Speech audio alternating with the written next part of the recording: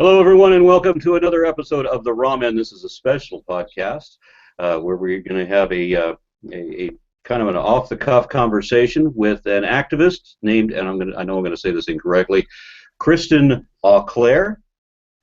Did I say that right? Auclair. Okay. Okay. And you are the admin of an organization called Christians Against Dinosaurs. Is that correct? Yes, that's correct. All right, speak up, please.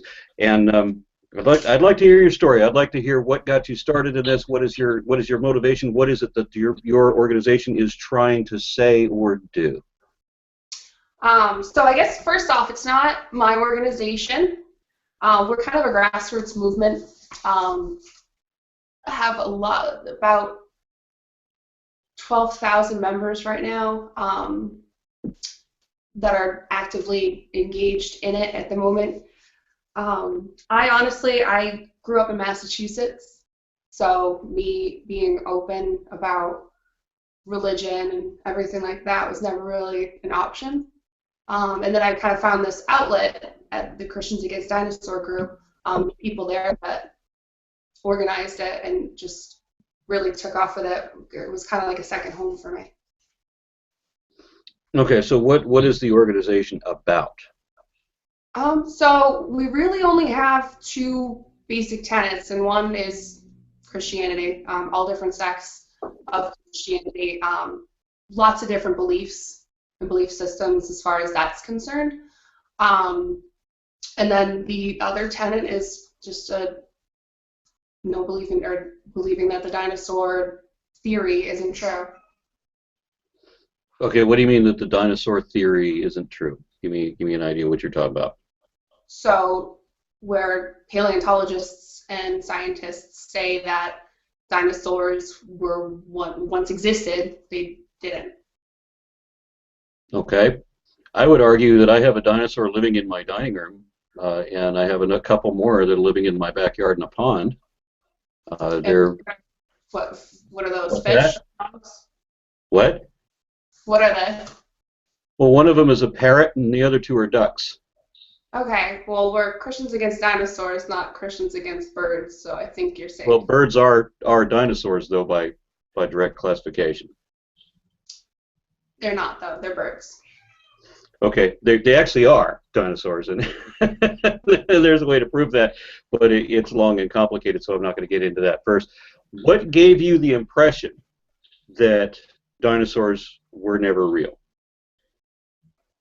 Well, there's a lot of instances of fraud within the field of paleontology, and once you actually start studying it and going through everything, the Piltdown Man, the Archaeopteryx, the Nanosaurus rex, the Tyrannosaurus rex subspecies that nobody can really explain, but they kind of present it as fact anyway. I'm going to ask you to be specific on these. I'm going to have some familiarity with these.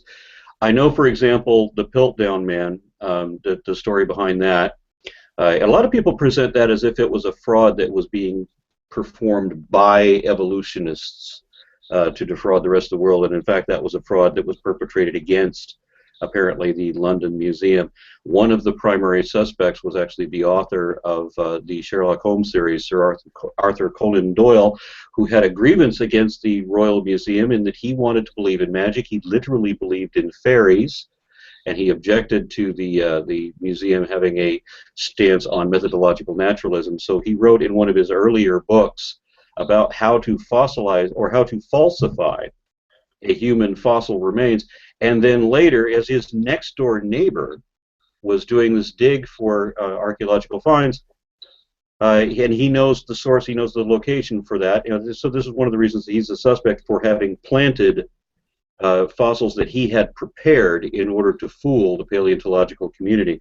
And eventually, the way that they discovered that fraud was when they found other anthropological finds of other pre-humans and so forth that caused the Piltdown Man to show up as an anomaly. It didn't make sense. It didn't fit what all of the other data was showing. And so finally they put it to chemical tests, which weren't available when the item was originally created. So when they did do test examinations on it, they were able to see that it had been created out of an orangutan jaw matched to a human skull, and that it had been filed and then chemically treated in order to fool people and such. So they exposed that fraud. Yeah, then after 40 years of presenting it as truth, and so Well, often. no, not really, because ironically, the same guy that also had presented the tooth that he thought was like Nebraska Man, and then after 5 years he confessed that it couldn't have been because there wasn't any other supportive data for that. A lot of people said that that was a fraud too, but that very same person was running the American Museum of Natural History, and he refused to show Piltdown Man as a human ancestor. He showed them in his museum as a box of a mixture of human and ape remains, and that's actually accurate. So it became more and more anomalous, and there were a number of British paleontologists who were really proud of the idea that the first human ancestor would have come from England, and so they wanted to present this idea, but the Americans didn't buy it, and a lot of the French didn't either.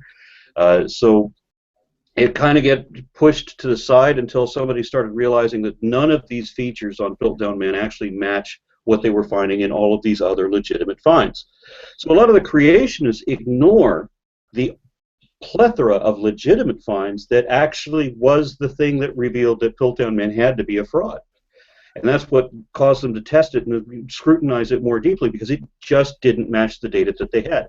So what you get with creationists is they show the Piltdown fraud, and they try to use this as a way of kind of obfuscating or ignoring all of the other fossil finds that we have. And then they'll turn around and say that Australopithecus was a fraud as well, but it was not. You know, that you might have had this one fraud. And then you mentioned also Archaeopteryx. Fabulous story with Archaeopteryx.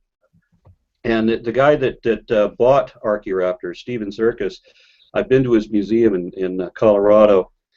Fantastic artist, but he's got some crazy ideas. He bought this thing. He spent like $80,000 on this fossil that he bought from the black market.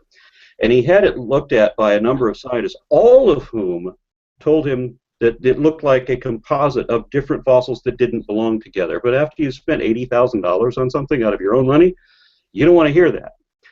So he promoted it one way or another until he finally went to the National Geographic and ignored the previous 6 scientists that had looked at it. Really, there were 6 scientists that would not endorse this thing.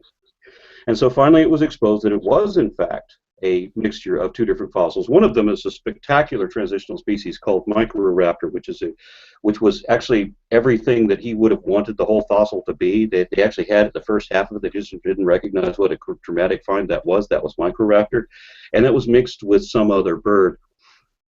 And so you have these 2 frauds kind of perpetrated against the guy that's trying paid out of his own pocket, and the other guy that thinks he's doing honest research. We don't know what happened with the Sir Arthur Conan Doyle thing, but you've got these 2 frauds that were exposed by scientists, and I don't see where there's any legitimacy to the argument that science is a fraud. Those examples are examples of why the science is a fraud. I don't know how. Wait. So if somebody perpetuates a fraud against you, and you expose it, how does that make you the fraudulent? You're not the huckster. You didn't perpetrate the hoax. I'm sorry? Expose the lie. The paleontologists didn't expose the lie. Yes, they did. In both cases, yes, they did. Not the original finding one. Yes, they did. In the Archaeopteryx case, it was a guy by the name Z Shen or something. Yeah, the original paleontologist that discovered it also later identified it after it was illegally marketed out of China and has been brought back in. And as I said, that's where they realized that it was a composite of at least one of the pieces of those composite was Microraptor, which is a enormous transitional find, a hugely valuable fossil there. But we had this other guy who's buying something off the black market, and 6 different scientists told him that this is not legitimate. So we have a private collector, an artist, who ignores all of these scientists telling him that this looks like it was pieced together, that it's not a real fossil. And so you're going to say that that's the fraud that proves, for example, that Microraptor isn't real. Would you accept that Microraptor is real? I'm not familiar enough. I mean, I don't understand what that question means. Okay, well, the fossil was made out of two different fossils. One was a Cretaceous bird, and the other one was a feathered flying dinosaur, or not a flying dinosaur, but a gliding dinosaur with four wings, very similar to archaeopteryx, but actually a little bit older. So it's a fantastic transitional species. Had four wings. It had wings on its arms, and it had wings on its legs as well. And it looks like it was a climbing dinosaur that then jumped spread eagle to glide down and catch things. It was a transition between earlier feathered dinosaurs and then later bird-like dinosaurs like Archaeopteryx. So you don't know what I'm talking about. Okay. In your video series of Christians Against Dinosaurs, you mentioned a number of things that I want to address.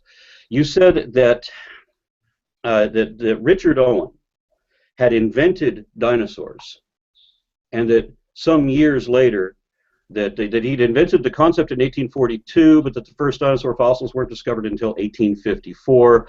So the idea of dinosaurs was invented before there was any evidence to support them, and you allege that people have manufactured absolutely every single dinosaur that's ever been discovered since it was actually made up or sculpted by some artistic character. Is that correct?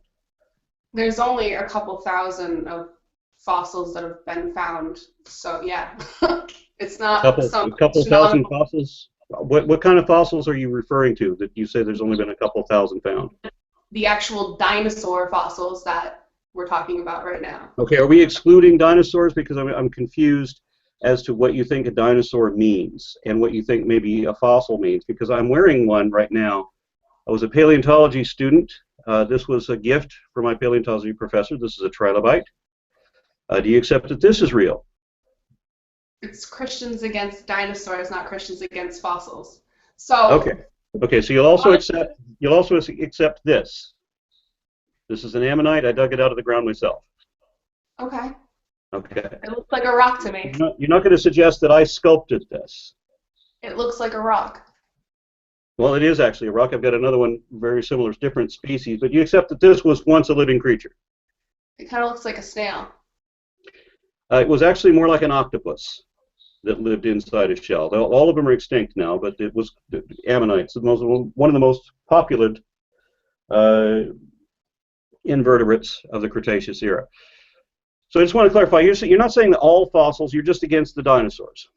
In your videos, you mentioned... There's living fossils that fossilize literally like hours after the organism dies. No, there's not. There are things that have... There are things that become susceptible to concretion. That actually happens. Yeah, like marine animals. But it's a very different process than fossilization. Well, they're so if fossils. you want to talk about... Huh? They're fossils. No, they're not. They're called living fossils. Living fossils is a different category. Living fossil is something that it retains its karyotypic form. In one sense, I could say that raccoons are a living fossil because raccoons are still very much like the karyotype of all the progenitor of all canid forms. Dogs, bears, weasels, they all started out as something very similar to a raccoon. And since the raccoon still has that very primitive kind of shape, we could call that a living fossil. It's something very different than what you're talking about. You're talking about a situation where you have a rapid concretion that looks like fossilization but isn't actually fossilization. So I want to refer back to something about, we mentioned before about you got involved in this, you found a new community with this, and of course I saw a bit of your bio. I saw that you were an education coordinator, that you're a volunteer with community services, and education keeps coming up in that repeatedly. And I'm kind of curious about how all of this has affected you when you being involved in this organization. Well, before, probably 3 or 4, or maybe a week ago, it's been great. It's been a fantastic community, fantastic outlet. We've actually converted a lot of people who didn't believe this way before and do now. As far as my personal life, I have atheists sending like profanity and all sorts of awful emails to my employer that I had. I actually left my job yesterday because I didn't want to have to put them through that anymore. Just constant barrages of emails and 1-star reviews on social media, things of that nature. It's just been like absolute persecution for what I believe in. Okay, so you're going to maintain that this is really what you believe in. I mean, I put in a condition on my invitation that you not accept the invitation unless you were serious. Everybody that keeps messaging me about this, saying that you're a Poe, and if you don't know what that is, a Poe is it was based on a poster named Nathan Poe who said that it was impossible without a clear indication to tell a parody of an extreme religious position from an actual extreme religious position. So that if you were trying to, make up a bizarre extreme religious belief and pretend to believe that other people would believe you, because there are people that actually believe that way. So they think that this is what you're doing is for entertainment purposes, that you don't actually believe or hold the position that you're doing. You still maintain with me now that you actually do believe what you're saying you believe. Is that correct? We get that question more than anything else, and at this point it's almost more offensive than anything. I mean, I quit my job yesterday because I'm getting harassed. I don't know what else to even say about that. Yeah, well, I know what to say about that. As being an active member in the atheist community, yeah, we can be a caustic bunch. I'm just going to admit that is the case. Not myself personally. I'm quite against that kind of behavior, but we do have people in our ranks that will be that way. Now, on the specific claims that you made on your videos, since I was a paleontology student myself, and I have some experience with this, I mean, I have to tell the people watching, Rachel Nannon Brown was supposed to be here. She can't be here this evening because there was an urgent situation that came up that she had to deal with immediately, and I apologize for that. Fortunately, I think I can handle the show okay at this point. But it would have been fun to have her on here, as she is a professional paleontologist. She works for the Perot Museum, and she does a lot of their lab work. Now, Kristen, you mentioned in your first video that Richard Owen had invented the concept of dinosaurs in 1842, but the first dinosaur fossils weren't discovered until 1854. That actually was the first dinosaur that was found in North America. The first dinosaur fossils that were found anywhere were found in England in 1676. And that was the hind section, originally thought to be an elephant, that was used by first-century Romans. It was properly identified when additional fossils were discovered by William Buckland in 1824. And in 1827, the species was given the name of Megalosaurus bucklandi. And then just prior to that, in 1822, you have the first official discovery of a dinosaur recognized as such immediately. And let me see if I can remember. This was Mary and Gideon Mantell discovered the tooth of what they thought was a giant iguana, and this was recognized as the species Iguanodon when additional fossils were unearthed, including a third species, which was Hylaeosaurus. Now, these three species, the Hylaeosaurus was discovered in 1832, so we have three different species of dinosaur that existed 10 years before Richard Owen compared these specimens and realized that they all came from a taxonomic category that no longer exists. And he thought that they were lizards. He was later proven wrong about that, but Richard Owen would never admit when he was proven wrong about anything. He had named the taxonomic order Dinosauria, meaning fearfully great lizards. So in your original statement that the dinosaur existed, or the concept of the dinosaur existed before the dinosaurs did, without taking a moment to look into the research now, would you accept what I've just told you, that there were in fact three species of dinosaurs that were already known and compared through their anatomy before that name ever arose? I don't have anything to look up. I mean, I researched it and I looked it up when I was researching for the video. So okay, so anybody, what kind of dinosaurs were they that you're talking about? Yeah, famously, usually when you look up what was the earliest dinosaur ever found, it's usually the Iguanodon that was found in 1822. and named Iguanodon because they thought that, the first thing that they found was a tooth, and they thought that it belonged to a huge iguana. And then later, of course, they found that it was a much different type of animal. And it's a funny thing when you look at 18th century scientists, or 19th century scientists in this case, the preconceptions that they ran with. They thought that these were strictly quadrupedal. For example, Richard Owen was convinced that Megalodon was like a lizard, that it walked around on all fours. We now know that it was a theropod, so he was completely wrong about that. But he didn't have a complete skeleton, and he went with the notion that anything that was matching reptile features had to be a reptile in his understanding of reptile. And he was later shown to be wrong about that. As I said, he just wouldn't admit it. But do you accept? I'm sorry? When was the first full dinosaur found? The first full dinosaur. Let me see. That they got. I don't know how full you would consider full. They do have complete skeletons of dinosaurs, but I don't think a complete skeleton of dinosaur was found by this time. By this time, they only had fragments that they could compare.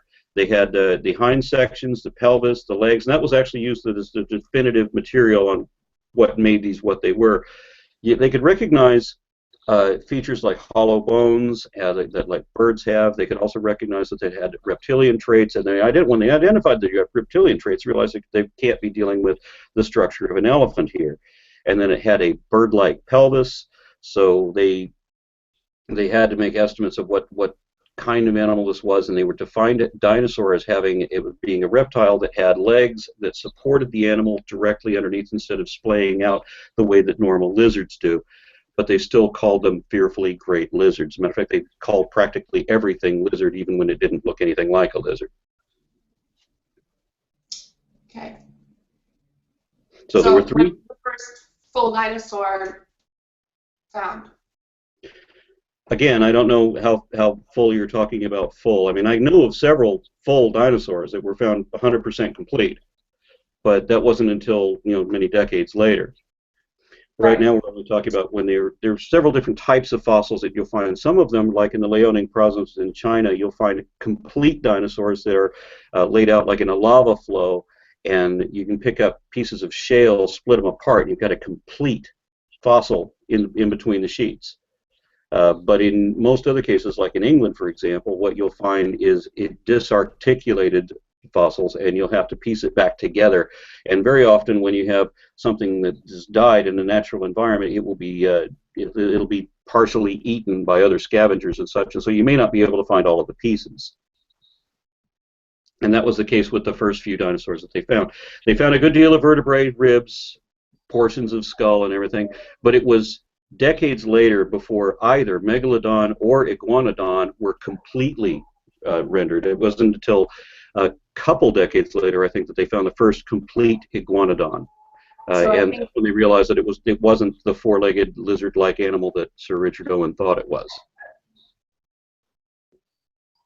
So the first dinosaur wasn't found until decades after the talk that he gave, and actually the classification that he gave for Dinosauria. No, the first dinosaur was actually found centuries before then. But the first dinosaur find that was ever identified as a dinosaur was done by illustrations from something from the 1600s. And then they found subsequent finds of the same species, or what is believed to be the same species due to the similarity in the bone structure. Theropods will be similar to each other.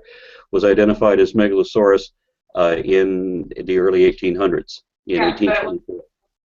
It was a full dinosaur. Was it a full dinosaur? No. It was enough to show that we were not dealing with a mammal, that we were dealing with a large reptilian animal that also had bird-like characteristics, and so was not like anything that still exists today. So Richard Owen recognized that there was, by these three specimens, three different dinosaurs available, he recognized that they had all three of them come from the same taxonomic supergroup of creatures that no longer existed. So your initial statement that there were no dinosaurs prior to Richard Owen coming up with the name, you accept now that that is incorrect, right? You already told me that there were no full dinosaurs at that time. Yes, I did tell you that they hadn't found any full dinosaurs, but they had found dinosaurs, three of them, three different species prior. They found bones in the ground that they thought were part of this species. That's not a. The point in the video and the point that I'm making is that the class was made for dinosaurs, and then by the time that the dinosaurs were actually found, the idea behind them was already constructed. So Well, yeah, but that's incorrect, because although they didn't find 100% you're telling me that the first full dinosaur wasn't found until decades later. Right, the first 100% complete skeleton, correct. But if you find bones that do not match the bones of any living being, and you find the bones of multiple species, and you realize that they have more in common with each other than they do with anything else, and that none of these things exist today, and they all have characteristics that are shared with each other, you realize, okay, now we have a classification for an extinct taxon, and so this is what Richard Owen came up with. We've got 3 different species, incomplete skeletons, but 3 different species identified as dinosaurs. So you understand that the fossils existed before the classification, right? I'm hearing that there are bones that were found before the classification. Which don't match any living being today. How do you say we're finding new species literally every day? Okay. How is that a scientific statement?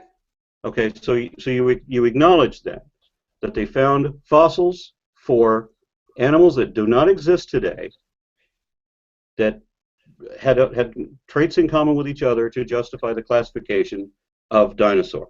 I'm just asking why you would say that. I think that bones were found or rocks were found. Right, so they weren't just rocks, they were long dinosaur walked the earth at one point. Okay, so what is a dinosaur then? Because you understand that dinosaurs have a classification. There's traits that they hold in common, that they're archosaurs that have legs to support their body weight straight down as opposed to splayed out like modern lizards. And so we have fossils that match this classification. So we give justification for the classification of dinosaurs before we come up with the name.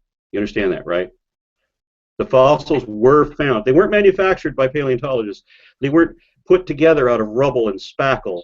Paleontologists found real bones that don't match any living thing.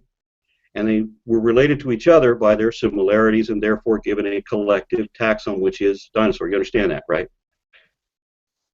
Agree to disagree. I mean, I've explained my stance on it 3 times now, and you're still not understanding what I'm saying. So. What is it that I'm not understanding? That the idea of dinosaurs was made, and then dinosaurs were found. No, you're getting it backward. The dinosaurs were found first. Incomplete skeletons were found. Bones were found. Right. The incomplete skeletons were found, identified to be dinosaurs, and then, within decades, complete skeletons of Iguanodon were then found, which confirmed the original skeletons and what it actually was, that it wasn't a quadruped, or it wasn't the full-time quadruped that Richard Owen thought that it was. It was actually more of a transitional type. And they then had, you know, the full-on skull. And they realized, for example, in the initial depiction of Iguanodon, Richard Owen had identified the spike that he thought went on the nose of the Iguanodon, and it was later discovered when they got the complete skeleton that the spike was actually a thumb. Iguanodons have a thumb spike, and he couldn't have known that because he didn't have a complete skeleton. But he did identify Iguanodons based on Iguanodon's fossils that pre-existed the dinosaur classification, and were then confirmed later when complete skeletons were found of the same species. So you follow all that, right? I hear what you're saying, but Okay. you're still not understanding my point. Okay, what is your point then? You're saying that the discovery confirmed the earlier one. I'm saying that the discovery matched the idea of what was put out there to begin with. Okay, so we agree then that the fossil was found before the classification. 3 different species were found before the classification existed, right? Bones were found, or bones of 3 different species, right? Bones were found. And they were of 3 different species. Then this is what the classification of dinosaur was based on, right? I suppose. The description of what a dinosaur is, one of the physical characteristics, you know, the Archosaurian design, the hollow bones, and the way that the legs are designed. This was all based on the pelvis that was found for the Megalodon and how this matched the other two species, the Iguanodon and the Hylosaurus. So you understand that there were 3 different dinosaur species already known before the dinosaur name existed. And that later, at least for the Iguanodon and the Megalodon, full skeletons had been recovered later on, and most specifically with the Iguanodon, that happened only decades later. A pelvis of a large animal was found. And then confirmed to be the same pelvis as the new fossils that matched. So we have Megalodon, it was correctly identified. The finalized dinosaur that was found matches the earlier concept that was cooked up by, this is but it wasn't a concept that was cooked up. You understand, it was an actual fossil with the hollow bones, with a reptilian type pelvis, with bird characteristics, and with leg configuration that matches the description of what a dinosaur is. So we have the fossil that pre-exists the concept, and then later we have confirmation when more fossils, more complete skeletons were identified. And this is especially true of Iguanodon. So you understand that, right? So in your second video, what? Go ahead. In your second video, Dinosaur Hoax Thought of the Day, you said that it was proven that some of these fossils were not real. What fossils were not proven to be real, or proven to not be real? The Archaeopteryx. Which was proven to be a real Microraptor. And that's the way it's, and it was proven by the evolutionists themselves. You understand that, right? Every one of the scientists, there were 6 of them, every one of the scientists that looked at that fossil said this is a composite of 2 different real fossils, one of a feathered dinosaur and one of a Cretaceous bird. And the irony is that if they just stuck with the Microraptor, that would have been a more valuable find. But you understand that it was made of 2 real fossils, and one of them was a legitimate, well, actually both of them were because birds are dinosaurs, but one of them was just a feathered dinosaur that wouldn't be classified as a bird, a non-avian dinosaur. So you understand that Microraptor was a real fossil, right? No. Okay, what was false about Microraptor? You said it was proven to be false. I would contest this. There are so many instances of fraud. There are so many instances of fraud and just this giant rat race. You've mentioned 2. You've mentioned only 2, and one of them, as I said, was a intentional dupe, and another one was an art dealer dealing with the black market, who the scientific community refuted him, and then the scientific community exposed the fraud, that his fossil was made out of 2 different fossils of real animals glued together, right? You understand that, right? So you understand that one of those fossils... Bones. What?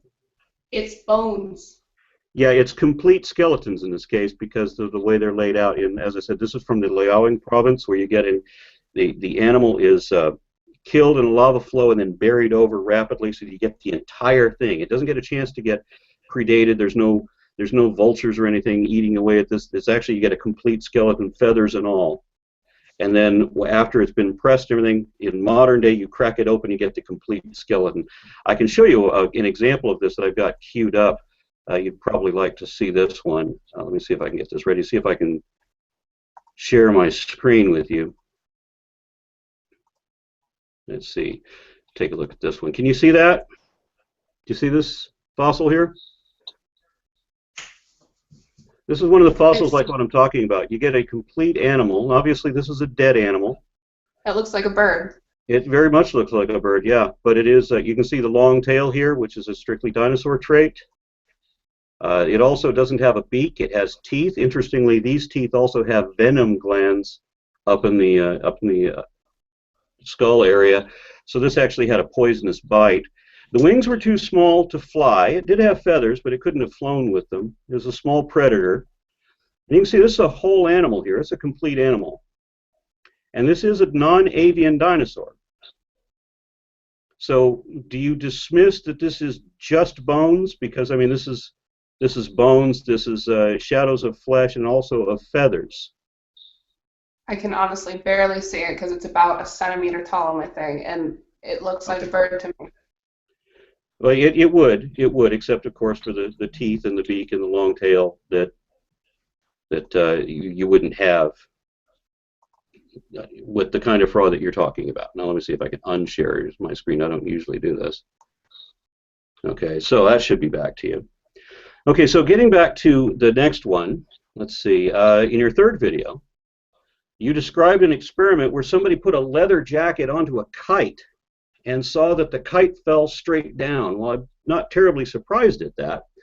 A leather jacket is going to be, one, heavier than the kite is, and it's also going to be completely unaerodynamic. But you should know, you were talking there about pterosaurs, which, by the way, are not dinosaurs. Curiously, you referred to them as dinosaur birds or flying birds, but they are not birds, nor are they dinosaurs. Pterosaurs are a separate group. Birds, actual birds, actually are dinosaurs. They're in the subset of Dinosauria, but pterosaurs are not. They're a sister group, which I don't expect you to understand right now. For people watching the video, I'm going to put in links for powered flight in pterosaurs.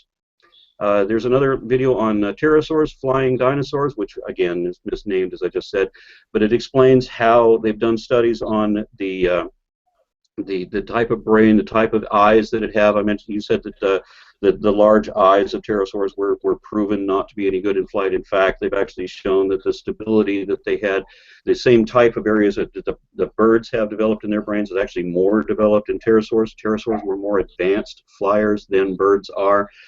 They also have a specific type of membrane in their wing. It wasn't just leather. It was actually very thin sinew of bone, or of muscle, that was able to change the shape of their wing for low energy, long sustained flight, so that the larger pterosaurs could not only fly, they could fly better than anything alive today, and they could even cross oceans.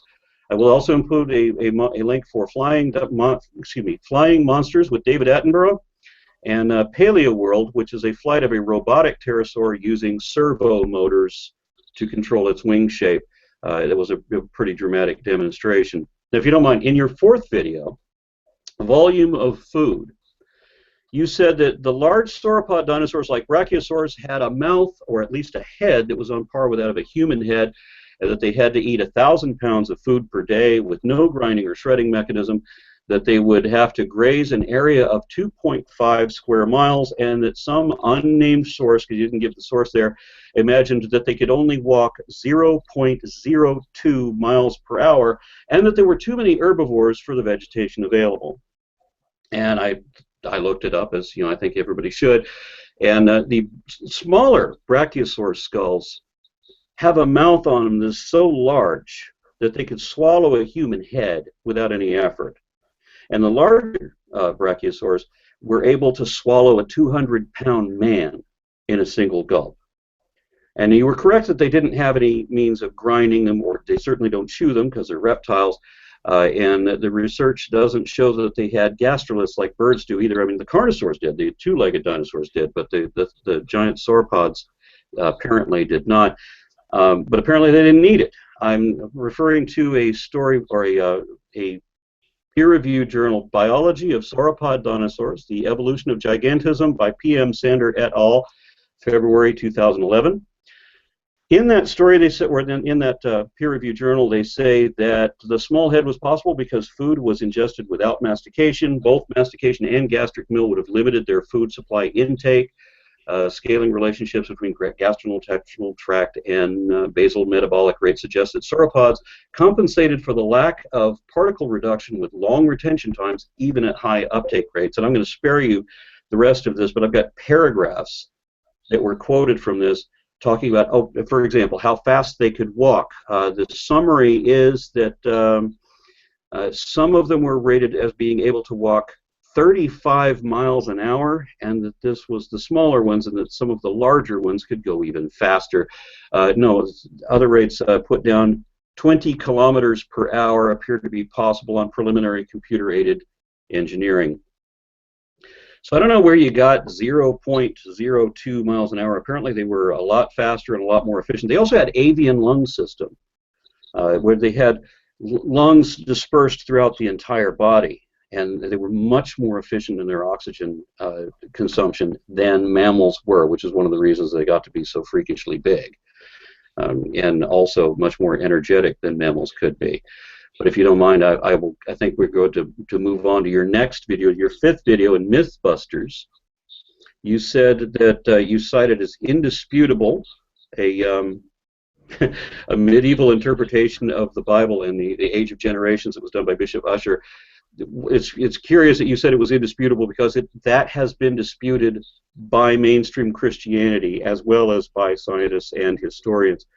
So I don't think we need to argue the Bible here. I'm just going to skip that too and get into where you mentioned that carbon-14 hasn't been tested. Now that's really interesting to me, because you said that the word of science regarding radiometric dating had only been around for 10 or 15 years. And so you're talking about that carbon-14 hasn't been tested since 2004 to now.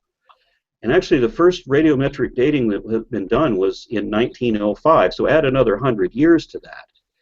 And I don't know if you've ever, or anybody in your organization has ever looked it up, but if you look up radiometric dating, even in Wikipedia, they will show at least a dozen different radiometric types beyond radiocarbon dating. I mean, there's several of them that encompass different rates of time. Radiocarbon dating is basically only reliable up to 50,000 years.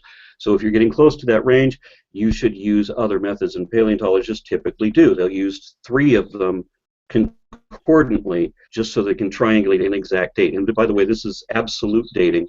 So when you said that this is not truth, I think it's funny that it's absolute truth. I mean, because truth is that which you can show to be true, and with 3 different methods of dating all confirming the same figure, it's absolute truth. So you were wrong there on both counts. If you don't mind, radiometric dating, you said whether we should take the word of science. I have to, over a book that has been heavily disputed since even before it was composed by men. In that same video, you also said there's never been a complete dinosaur skeleton. There's actually been many of them, including Microraptor, which we just mentioned a moment ago. And I think I'm going to skip ahead. I've got some notes here on some of the things. I watched all your videos. I did skip the one about heavy metal and dinosaurs. Where was the connection between heavy metal and dinosaurs? And honestly, I skipped that one because I'm a huge fan of both Godzilla and Motorhead. So I'm just going to give you that one. You said that now that we can make computer models and better studies of cardiovascular systems and such, that dinosaurs makes less sense than they did in the past. Again, I want to know what your citations are, because when I refer to the same paper that I just did earlier, they have computer analysis of cardiovascular systems of sauropods, and they're showing how this works. And it says has received considerable attention. And again, I can read the paragraphs to you, but I don't think that's really necessary here, and it's a bit dry and scientific. But it had minimal energy costs and far more efficient than what mammals had as far as the respiratory system working with the cardiovascular system. They also hypothesized, according to the skeletal structure, that sauropods may have had additional backup pumps similar to smaller hearts going on in the neck, for example. And then later you said... Can I actually say anything, or is this just... I mean, I don't need to be here if you're just going to talk the whole time. Okay, well... I'm waiting for feedback on this. I did ask you for your sources when you said that we had computer models. Sources is just looking online and doing research online. But as far as the cardiovascular thing goes, nobody can understand how these dinosaurs actually existed, because they would have needed to have backup hearts. They would have needed to have several different systems all working at the same time just to sustain their lives. The fact that they're as large as they say that they are doesn't even make biological sense.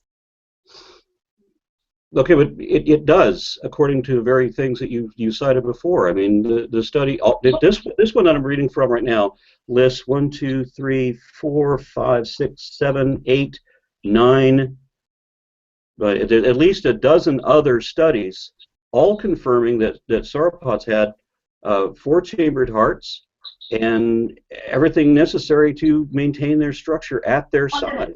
So, on an evolutionary basis, that doesn't make any sense. Why would an organism exist that needs all of these different systems? It doesn't need different systems. What are you talking about? You're saying that it needs 5 lungs in order to breathe. You're saying that it said that it had avian respiration system, so they had actually more lungs than we do, as all birds do. Birds don't just have the 2 lungs and that's it. They have hollow bones that they actually breathe through, and they've recently discovered that archaeopteryx did also, and so did Allosaurus and a number of others, and now they're finding that sauropods did as well. So they have... That doesn't make evolutionary sense for a creature that supposedly lived for millions of years. Why wouldn't it be more efficient and only have the one system? What you're saying just what do you mean? Makes sense. What do you mean? What one system? If it just had the 1 lung, or if it just had the 1 or 2 lungs, it had millions of years longer than we have evolved. And if the sauropods, being dinosaurs, had the same type of respiration system that birds, which are also dinosaurs, have. Their respiration is far more advanced than mammals have. It's much more efficient, much more high energy. Having 5 lungs is not more efficient than having 2. It's not 5. You have the original 2 lungs, which would be the vestigial lungs, and then you have a number of air sacs that are riddled through the entire skeletal system, the hollow skeletal system that they literally breathe through. And I'm not just talking about dinosaurs, I'm talking about birds too. This is the way birds are. They breathe through a hollow system of lungs with air sacs that is much more continuous flow, much higher absorption than what mammals have.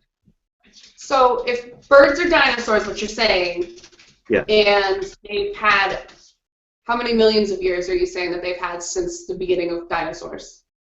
Birds emerged from within dinosaurs relatively early on, let's say somewhere around 150, 170 million years.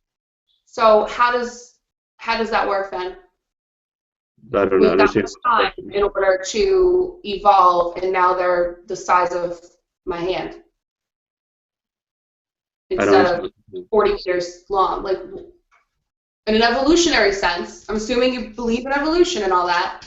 How does that make sense that for 140 years you've got a creature that needs multiple lungs and air sacs and all of these things just to breathe? And now they turn into birds? Yeah, it used the same. Because the avian respiration system is so much more efficient, it allows small birds to fly, which is a high energy consumption, and large animals that cannot fly, it allows them to get larger, which is why dinosaurs were so much bigger than mammals ever got to be. It's because their respiration was so efficient. That's not efficient. What's not efficient about it? When you have not just the 2 lungs that we have, well, that's all we have is 2 lungs. But when you attach that to a network going through a hollow skeleton that also connects with air sacs throughout, all of which have the same absorbing ability, so that when you breathe in, you get to consume all of the oxygen. You don't expire any of it back out. You don't even have to breathe it in and out in the same fashion. It can go circular. So it's far more efficient, much more high energy, and allows for a much bigger size. It's a much better system than mammals have. And you understand that this is not speculation. This is what birds really have right now today. So if that's the most efficient system and these air sacs and everything else, then why don't you see animals that are composed of that now? Why didn't they? They're not intelligently designed. That's the unfortunate thing. When you get something like that, it appears in one lineage, and then everything from that lineage, if it is really an adaptation that's beneficial, they will retain that under normal circumstances, but you can't cross over so that mammals adapt the same thing. Now, it could be that through independent means that they could acquire something similar to that through other mutations or what have you, but you were talking about something that was inherited. So dinosaurs had this type of preparation, which is why birds have it, but because mammals aren't descended from dinosaurs, we didn't get that. Now, an intelligent designer could put a supercharger on us like like we would have expected he would have done on dinosaurs, but we don't see that because life was not evidently intelligently designed. You only get to play the cards that nature deals you. I don't even understand. Okay, so then in several of your videos, you mentioned that what goes on daily is that paleontologists are awarded millions of dollars for assembling or sculpting dinosaurs out of spackle and rocky rubble. But your 7th video showed a rare and complete skeleton, not of a dinosaur. It was a plesiosaur, which is actually on the Leptosaur line, not on the Archosaur line, so it wouldn't classify as a dinosaur in any sense. But it was an exquisite fossil in perfect condition, very rare value, and yet even though you should get top dollar for that, and you said that these paleontologists get like $1 million for every single one, the highest bid on the video you showed was $30,000, and they'd already admitted in the bidding that they were overpaying that. To be honest, that's not my video. That's somebody else in the group's video. Okay. However, a Tyrannosaurus Rex skull or something just sold on eBay for millions of dollars, and they weren't even sure if it was 100% true. They weren't even sure if it was 100% true. What do you mean 100% true? They, even by their standards, they, like, as they were selling it, they had no way to tell them that it was for real.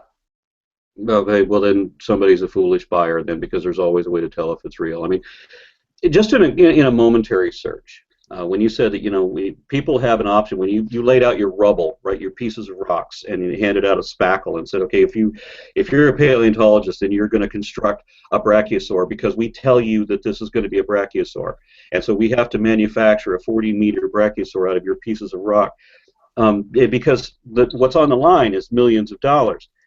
Of course, I looked it up, and according to ehow.com, the salary of a paleontologist runs from $41,000 to $114,000 per year, and then mypursuit.com says that the average is $72,000, with half of all paleontologists making between $51,000 and $100,000, and the top 10% still don't make as much as petroleum geologists. So if you want the real money, then you go to petroleum geology, which also supports dinosaurs, but it's for the oil companies trying to find fossil fuels. Yeah, and till do you accept that there's no? Do you accept that there's no millions of dollars in any of these cases? Fossils. You can have a fossil. You can have a fossil that sells in auction for an outrageous amount. I just told you that a guy bought one off the black market for $80,000. He was screwed. The fossil wasn't worth $80,000. It might have actually been, if it had been properly identified as a Microraptor and not an Archaeopteryx, it actually would have been worth that much, because that was an exquisite, rare find. But you understand that there's no impetus for paleontologists at $70,000 a year to falsify a dinosaur out of rubble. You understand that these things are put under microscopes. The fossil I just showed you, for the feathered dinosaur, you understand that was evaluated under a microscope because they had to determine what type of feathers it had. So they can do microscopes for fossils. I've done that myself. I mean, I would highly encourage you, if you really don't believe that dinosaurs exist. My daughter worked at the Dallas Museum of Natural History as a volunteer. You can go down into the lab, they'll bring in the bones from the digs. You can go to the digs yourself. Dig up the dinosaurs yourself, see how they evaluate what they are, see how they can put the bones in a CAT scan as soon as they get the acid wash, because you do have some debris. There are some concretions on them. You have to put them in an acid wash. That's what I did with this, for example. It's not that we take a hammer and smash it together and then glue something with spackle. What I pulled out of the ground was essentially this. It just had pieces of mineral stuck to it, so I put it in an acid bath. You can do the same thing with soil. With some soil, you can put that in an acid bath, and then when you put it under a microscope, they won't be held together in a concrete form anymore. They'll be in individual jumbles, and you can pick up microscopic organisms, fossils of microscopic organisms, right from that. So I mean, I would encourage you, if this really is your position, and if truth matters to you, that's what I would suggest you do. Go to your local museum, have them take you down there, show you that the bone really is a bone, and that it's not an elephant bone, and that it doesn't have any other explanation, and that the bones if you have a bone from an animal, do you accept that that means that that animal existed? That's kind of a loaded question. How? If you have a bone that looks different from other bones, it means it might be from an animal that isn't around now. Is that what you're saying? Okay, let me give you another example. The first archaeopteryx, you know what an archaeopteryx is, right? No. Okay. Archaeopteryx was predicted. Charles Darwin predicted that if birds did in fact evolve from dinosaurs, and if you look up the structure of a bird's arm, you can find 3 bones that look like they're part of fingers, but they're now fused together. So he said that they should find in the fossil record a bird with unfused wing fingers. And 2 years later, they did. Archaeopteryx was a dinosaur/bird. It was the transition between them. And it had unfused wing fingers, so it had fully functioning fingers in its wings. Now, the first fossil of this was a complete fossil except for the head. The head was missing. Everything else is there, including the feathers. So would you accept that if you get a complete fossil, minus the head, that actually was an animal? There was an animal there. If you found the bones? They found the complete skeleton, minus the head, and it had signs of the flesh, just like on the dinosaur I showed you before, and then it also had feathers on it. Now, would you accept there was an animal there? What you're just telling me is that everybody said, hey, you need to find this because we have a certain timeline that we need to figure out and we need to follow. And then, oh, surprise, then they found it. That's all I'm hearing from that. I don't understand what you mean. So you just said that the paleontologist went out and said, hey, we need to find a bird whose wings aren't fused together because we have species and species. We need the middle one in order to make sense. And then they went out and found it. All right, well, let me give you another example. You mentioned Richard Owen previously. Yeah. I don't know if you're aware that Richard Owen was a creationist. Yeah. Richard Owen did not like evolution. So that's one of the reasons he identified them as dinosaurs. There were a lot of people that were saying that dinosaur footprints were actually dinosaurs, and he wanted to say that they were giant birds. And a lot of people believe that the first footprints of dinosaurs were actually from giant ravens having come off of Noah's Ark. We now know they were from theropod dinosaurs. But Richard Owen made a prediction too, the same prediction for the same find. Because Archaeopteryx didn't have a head, Richard Owen just dismissed the long tail and all of the other dinosaur features on it. And he said that when further samples were found, when more complete fossils were found, he said Archaeopteryx would just turn out to have a regular toothless beak just like any other bird. However, later finds of Archaeopteryx actually showed that it had no beak at all and that it had teeth. And so he was proven wrong. And so this is the way when you're doing an investigation, you make predictions. If this is correct, then this is what we should find, and if this is not correct, then maybe we'll find this. You understand how that works, right? I understand. Same thing like if you're investigating a murder or any other thing, you're gonna make predictions about, are you gonna find a weapon in somebody's possession? Yeah, but is every single prediction come magically true? No. No, of course not. As I said, Richard Owen's prediction failed. Does though. Yeah, but he was not well respected among his peers. As soon as he was gone, they just wanted to discredit him. He was the foremost authority. He was the most respected among his peers for a time. He was eventually, at the end of his career, drummed out of the Royal Society, but for the longest time, he was the most successful. Do you see this fossil? I'm trying to share my screen with you. Can you see that? It looks like a fish.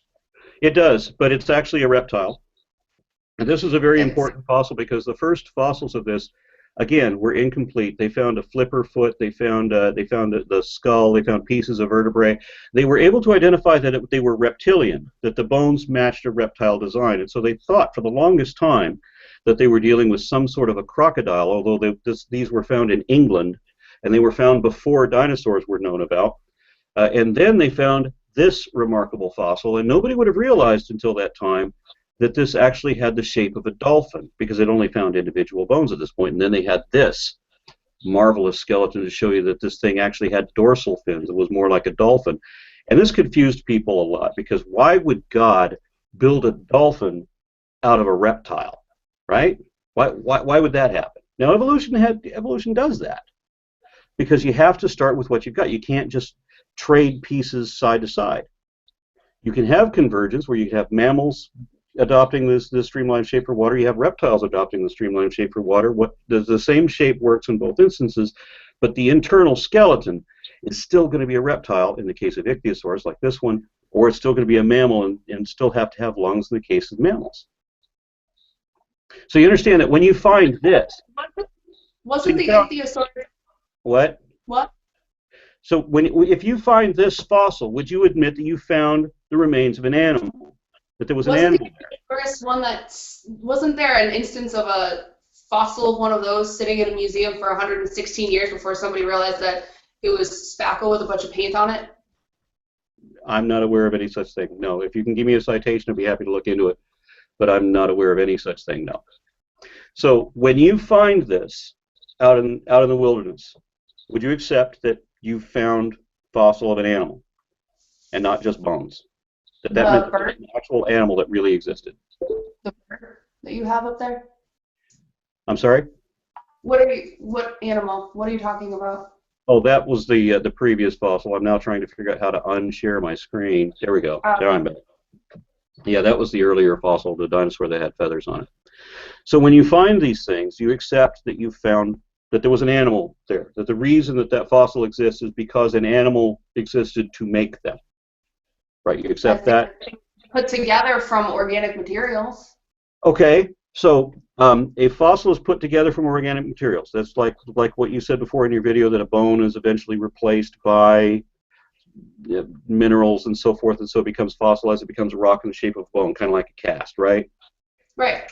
And you said that would happen with elephants. So if you found an elephant bone, would you accept that even though you've only got one bone, that there must have been an elephant in order for there to be a bone there?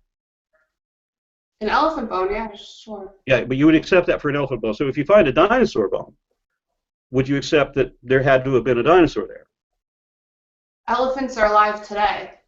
Right. And so what about mammoth? Elephant is a definitive absolute thing. Okay. A dinosaur is a theory. What about mammoths? What? What about mammoths? Woolly mammoths? Yes. Yeah, what about them? Okay, so if you find a mammoth bone, would you accept that there was a mammoth there, even though there's no mammoths alive today? They've found frozen ones. Right, but they don't have any alive today. They have full genome sequences from them, though. Right, but they don't have any alive. They have all the DNA and everything from them. Right, they don't have any alive today. What? They don't have any mammoths alive today. You have mammoth DNA. You have full genome sequences. You have all of these. You don't actually have full. You don't have full. I've read about it. There's been a half a dozen different companies that have tried to sequence mammoths so that they could have them being reborn in the bodies of European elephants, but or not European, but I'm sorry, Asian elephants, but they don't have complete gene sequences. That's not correct. They do have genes, and some of them can even get from the stomach lining, where you can get in mammals. The only place you can get a full gene is from the stomach lining, but they still don't have full sequences. But you understand the point is, you don't have any live mammoths today.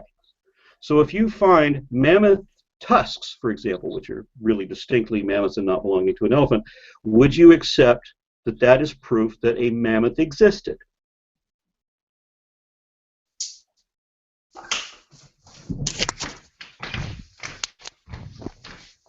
Hello?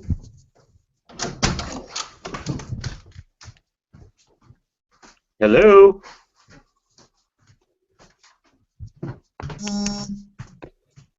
Okay. Well, I'm going to guess that that's the end of our show. So I'm glad you guys managed to stay on, if you have, in fact, this long. I don't know what to make of this. I was under the impression the entire time that this person was a Poe, and when I saw that she had connected her professional life to this kind of thing, I was confused as why anybody would do that. But I was convinced that this was a joke this whole time. I still don't know exactly what I feel about this, but she did seem genuinely confused, and I guess we'll just leave it at that. All right. Tomorrow I will once again do an interview with Rabab Kajan, who we were not able to host her video the last time because there was some audio problems, so we're going to do it again. She had a lot of interesting stuff to talk about, so I'm going to do a regular podcast of the Raw Men tomorrow night, and thank you so much. Have a good night.